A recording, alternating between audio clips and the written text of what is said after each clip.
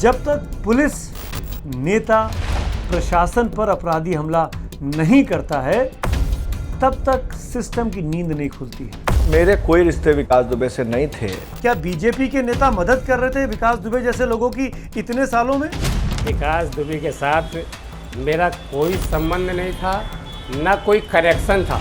80-90 घंटे बीत चुके हैं। पहले 50,000 की इनामी राशि घोषित की गई, फिर 1 लाख की कर दी गई और आज 2.5 लाख की कर दी गई। मुझे तो डर इस बात का है कि जो नेक्सस है विकास दुबे का पुलिस के साथ, नेताओं के साथ, किसी के घर में तो नहीं आसानी से छुपा बैठा हुआ है। हमारे लोकल विधायक हैं, भगवती प्रसाद सागर जी हैं और अभिजीत सांगा जी हैं एमएलए। इन लोगों से तुम्हारी बात होती है? हाँ, टेलीफोनिक भी होती है, आने जाने से मुलाकात भी होती है। और यहाँ पर मैं एक टिप्पणी ज़रूर करूँगा, अगर आप अपने आंगन में सांप को पालोगे तो एक दिन वो सांप आपको काटेगा ही।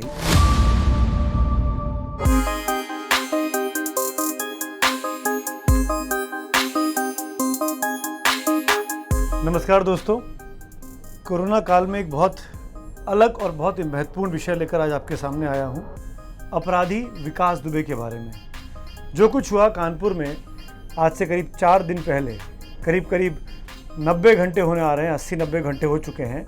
यूपी पुलिस के 8 जवानों अधिकारियों को सरेआम गोली मारी गई, उनको शहीद कर दिया गया और 80-90 घंटे बीत जाने के बाद भी यूपी की पुलिस पर बहुत बड़ा संशय खड़ा हो रहा है कि आखिरकार यूपी की पुलिस कर क्या रही है।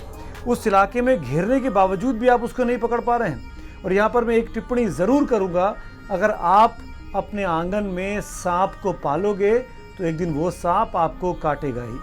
और ये खाकी वर्दी के लिए बहुत बड़ा नासूर है। यही खाकी वर्दी ऐसे अपराधियों को पालती पोसती है और आज वही खाकी वर्दी पर जब हमला हुआ, जब उसके 8 अपने साथी मारे गए, शहीद हो गए, जिसमें डीएसपी रैंक का अधिकारी है, आप समझ सकते हैं कि इस वक्त यूपी पुलिस के अधिकारियों पर और खासकर डीजीपी पर क्या गुजर रही होगी। मैं ये पूछना चाहता हूँ अपने इस वीडियो के ज़रिए कि 2017 से लेकर 2020 करीब 3 साल का कार्यकाल योगी सरकार पूरा कर चुकी है। 2017 में यूपी में पकड़ा गया था इसी विकास दुबे को। सुनिए विकास दुबे ने क्या कहा था। ये एक वीडियो उसका पुराना सामने आया है जो बहुत से सवाल खड़े करता है। पहले इस बयान को सुनिए, विकास दुबे क्या बोल रहा है। ये जो थाने में जो है तुम्हारे लिए एफिडेविट पढ़ रही हैं, तो इसको देने के लिए क्या तुमने कोई दबाव बनाया था किसी के ऊपर? दबाव जैसा नहीं, लेकिन अपना प्रयास किया था हमने, जो है अपने लोकल लीडर्स और उनसे है जो अपने हमारे यहाँ के प्रबुद्ध लोग हैं उनसे किया था। कौन कौन है? हमारे लोकल विधायक हैं, भगवती प्रसाद सागर जी हैं और अभिजीत सांगा जी हैं एमएलए और हमारे ब्लॉक प्रमुख हैं राजेश कमल जी और जिला पंचायत अध्यक्ष हैं गुटन कटियार जी और प्रधान लोग भी हैं 2, 3, 4, 5। 2 नाम आपने ध्यान दिए, 2 नाम लिए उसने अपने इस बयान में। दोनों बीजेपी के विधायक हैं, अभिजीत सांगा और भगवती सागर। भगवती सागर बेल्लोर से हैं और अभिजीत सांगा बिठूर से। और उन दोनों के नाम लेने के बावजूद भी आज करीब 3-3.5 साल हो गए सरकार के चलते हुए, इन दोनों नेताओं से क्यों पूछताछ क्यों नहीं हुई? जबकि एसटीएफ ने गिरफ्तार किया था विकास दुबे को किसी जिला पंचायत के चुनावों को लेकर, वहां पर तनातनी का मामला था, उसमें वो बता रहा है कि ये नेता उसकी मदद करते हैं।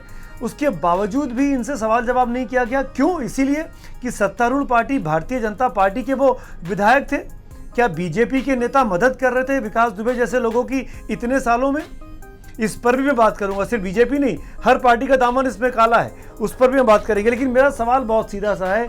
मैं ये सवाल खाकी वर्दी वालों से पूछना चाहता हूं कि आपने विकास दुबे जैसे सांपों को क्यों पलने दिया, क्यों पोसने दिया? क्यों ये नौबत आई कि जब आपकी टीम उस पर पकड़ने जा रही है, दबिश डालने जा रही है, तो यूपी पुलिस के, कानपुर पुलिस के 3 लोगों ने फ़ोन कर इत्तला कर दी, जिनको सस्पेंड किया गया 3 कर्मचारियों को। और आज देख रहे हैं आप 80-90 घंटे बीत चुके हैं। पहले 50,000 की इनामी राशि घोषित की गई, फिर 1 लाख की कर दी गई और आज 2.5 लाख की कर दी गई। यानी आप भी मान रहे हैं कि आप विकास दुबे के गिरेबान तक नहीं पहुंच पा रहे हैं।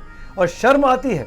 मैं खुद यूपी में रहता हूं, नोएडा में रहता हूं, और ये यूपी के पुलिस अधिकारियों पर और खाकी और खादी को इससे आप अलग नहीं कर सकते हैं, क्योंकि उसने अपने बयान में नाम लिए हैं 2 बीजेपी के विधायकों के।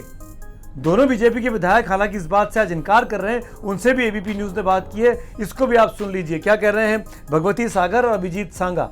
आपके किस तरीके के रिश्ते थे विकास दुबे से? मेरे कोई रिश्ते विकास दुबे से नहीं थे। मेरी विधानसभा बिठूर और बिल्हौर विधानसभा दोनों अलग अलग विधानसभाएं हैं।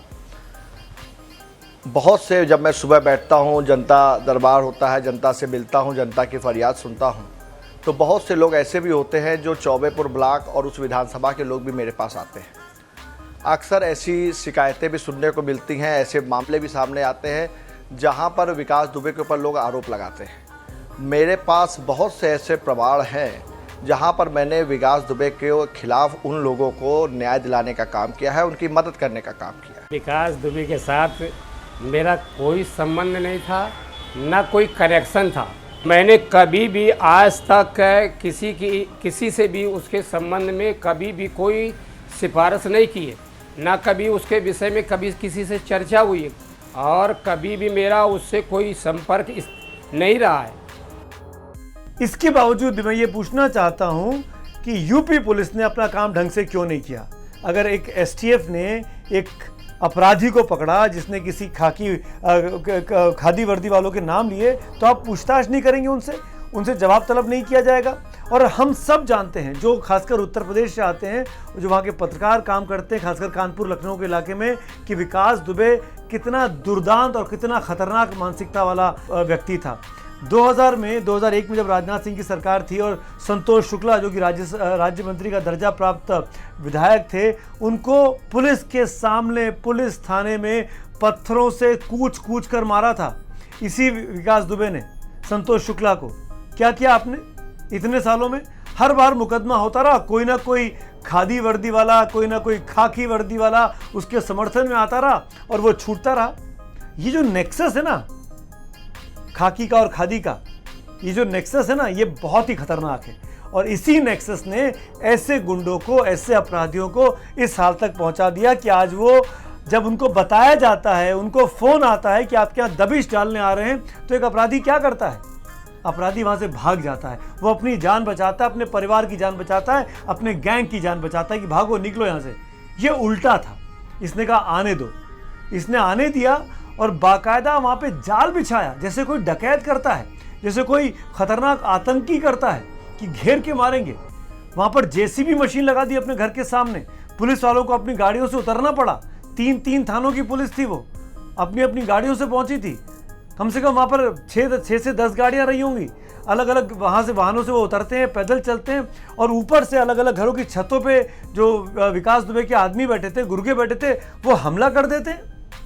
और हमला ही नहीं, मारने के बाद की जो अब जानकारी सामने आ रही है कि उसने जब 8 लोगों का कत्ल कर दिया, 8 पुलिस वालों का, उनकी लाशों को घसीटकर एक कोने में इकट्ठा किया गया और ऐसा लग रहा था कि उन लाशों को शायद एक साथ जलाने की तैयारी थी। ये सब कुछ यूपी में चल रहा था, उस यूपी में जो कहती है यहाँ की सरकार कि हम सबसे अधिक, हमारे यहाँ कानून व्यवस्था दुरुस्त है, हमने अपराधियों के हौसलों को तोड़ दिया है, अपराधी जो है वो यूपी छोड़ के भागने लगे हैं। अरे जनाब, ये लखनऊ से 100 किलोमीटर दूर बैठा हुआ था, ज़्यादा दूर नहीं था, और यूपी के आपके ही पुलिस वालों की मनमर्जी से वहाँ रह रहा था। सवाल ये खड़ा होता है कि कानपुर के, अब मैं तमाम फेसबुक पोस्ट देख रहा हूँ यूपी के पुलिस अधिकारियों के, जो आईपीएस अधिकारी हैं, वो लिख रहे हैं कि शहादत बेकार नहीं जानी चाहिए, हमारे साथ वो अधिकारी काम करते थे, बहुत वीर थे। बिल्कुल शहादत बेकार नहीं जानी चाहिए, बिल्कुल बदला लिया जाना चाहिए। पर मैं ये सवाल, मूल सवाल उठाना चाहता हूँ कि ये नौबत क्यों आई? ऐसा क्यों हुआ कि आज विकास दुबे की इतनी हिम्मत हो गई कि जो काम वो 2001 में करता है, वही काम वो 2020 में पुलिस पार्टी पर घेर कर हमला करता है? कभी देश में सुना आपने कि किसी भी राज्य में पुलिस पार्टी पर नक्सलियों को छोड़ दीजिए, इस तरीके से हमला किया गया हो, घेर के मारा गया? ये तो नक्सली भी नहीं है, ये तो राजनीतिक आदमी रहा है, ये तो सभासद रहा वहाँ की पंचायत का, ये बीजेपी के साथ जुड़ा रहा, ये समाजवादी पार्टी के साथ जुड़ा रहा। इसकी तमाम तस्वीरें सामने आ रही हैं। कभी सपा के किसी नेता की बच्चे की बर्थडे पार्टी में जा रहा है, बीजेपी के नेताओं के साथ खड़ा हुआ है, खुद बीजेपी के 2 विधायकों का नाम ले रहा है। बताया जा रहा है कि अब ये इस फिराक में था कि 2022 का चुनाव भारतीय जनता पार्टी के मदद से चुनाव लड़ ले। या तो उनके सपोर्ट से या उनकी पार्टी में जाकर उस फिराक में ये लगा था, पर क्योंकि आपराधिक मामला था और बीजेपी कम से कम पब्लिकली ऐसे लोगों को एक्सेप्ट नहीं करती है, तो उस फिराक में लगा था कि कैसे मैं चुनाव लड़ पाऊँ और विधानसभा में पहुँच जाऊँ। इसीलिए मैं कह रहा हूँ कि जब नेता, पुलिस ऐसे अपराधियों को आश्रय देते हैं, उनको बढ़ावा देते हैं, तभी ऐसे अपराधी इतने बड़े हो जाते हैं। अगर 2001 का मामले को उसी वक्त मामला हल हो गया होता, कोर्ट का फैसला आ गया होता, क्योंकि तमाम जितने थे पुलिस थाने में मौजूद लोग वो अपने बयानों से मुकर गए। किसी ने नहीं कहा कि इसने संतोष शुक्ला का मर्डर किया है। मतलब बीजेपी के साथ साथ जितने लोग हैं, सपा, बसपा, कांग्रेस, ये आज सब योगी सरकार को कटघरे में खड़ा कर रहे हैं। अरे जनाब, अगर आप लोगों ने अपनी अपनी सरकारों के वक्त में अपने अपने रसूख के समय पर इस विकास दुबे जैसे सपोलों को कुचल दिया होता, तो आज ये नौबत नहीं आती कि पुलिस अपने ही अधिकारियों, अपने ही कर्मचारियों का बदला लेने के लिए तड़प रही है और कुछ नहीं कर पा रही है। मुझे तो डर इस बात का है कि जो नेक्सस है विकास दुबे का, जो उसकी सांठगांठ है पुलिस के साथ, नेताओं के साथ, किसी के घर में तो नहीं आसानी से छुपा बैठा हुआ है, क्यों इस तक नहीं पहुंच पा रही है। अब पुलिस क्या कर रही है, उसके घर में तोड़फोड़ कर रही है। उसके घर में बता रही है कि दीवारों के अंदर से असला निकल रहा है, बारूद निकल रहा है। उसका पूरा जो महलनुमा घर था, उसकी जहाँ पे ये पूरा मामला हुआ, उसको तोड़ दिया गया। उसके घर से जो गाड़ियाँ निकल रही हैं उनको तोड़ दिया जा रहा है। फिर मैं वही मूल सवाल पर आऊँगा कि ये घर बनाने में वो कामयाब कैसे हुआ। अगर ये अपराधी था तो उस घर के बिजली के कनेक्शन किसके नाम पर हैं? कि क्या सरकार ऐसे बिजली का कनेक्शन किसी को दे देती है? कैसे इतना बड़ा महलनुमा घर बना लिया उसने? क्या कर रही थी आपकी यूपी पुलिस? कैसे हथियार उसने घर की दीवारों के अंदर जमा कर लिए? कहाँ गया आपका इंटेलिजेंस? कैसे आप कहते हैं कि यूपी की पुलिस जो है वो अपराधियों को नेस्तनाबूद कर रही है, भागने पर मजबूर हो गए? कोई नहीं भाग रहा है, अपने घर के अंदर हथियार इकट्ठे कर रहा है, अपनी दीवारों के अंदर हथियार चुनवा के रखवा रहा है। आपकी इतनी बड़ी पुलिस फोर्स, एक गुंडा, उसके साथ उसकी मदद के लिए कितने 10, 15, 20 लोग होंगे। आप ढूंढ नहीं पा रहे हैं, आप ट्रैक नहीं कर पा रहे हैं। ऐसा क्यों होता है दोस्तों? इसको सोचिएगा ज़रूर कि जब तक पुलिस, नेता, प्रशासन पर अपराधी हमला नहीं करता है, तब तक सिस्टम की नींद नहीं खुलती है। हमारे आपके जैसे लोग जो कानून को पसंद करते हैं, जो ईमानदारी से इनकम टैक्स देते हैं, जो एक ईमानदार सिटीजन बन के रहना चाहते हैं, जब ये अपराधी इन नागरिकों पर अत्याचार करते हैं, जाति करते हैं, इनकी प्रॉपर्टी लूटते हैं, इनसे वसूली लेते हैं, इनके बिजनेस के लिए, इनकी सुरक्षा के लिए प्रोटेक्शन चार्जेस के नाम पर वसूली ली जाती है, तब पुलिस क्या कर रही होती है?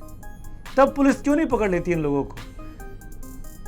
इसीलिए मैं कह रहा हूं कि अगर खाकी और खादी का ये गंदा, घिनौना मेल नहीं होता, तो आज विकास दुबे जैसे लोग जेलों की सलाखों के पीछे होते और आज योगी सरकार पर सवाल नहीं खड़े हो रहे होते। धन्यवाद। एबीपी न्यूज आपको रखे आगे।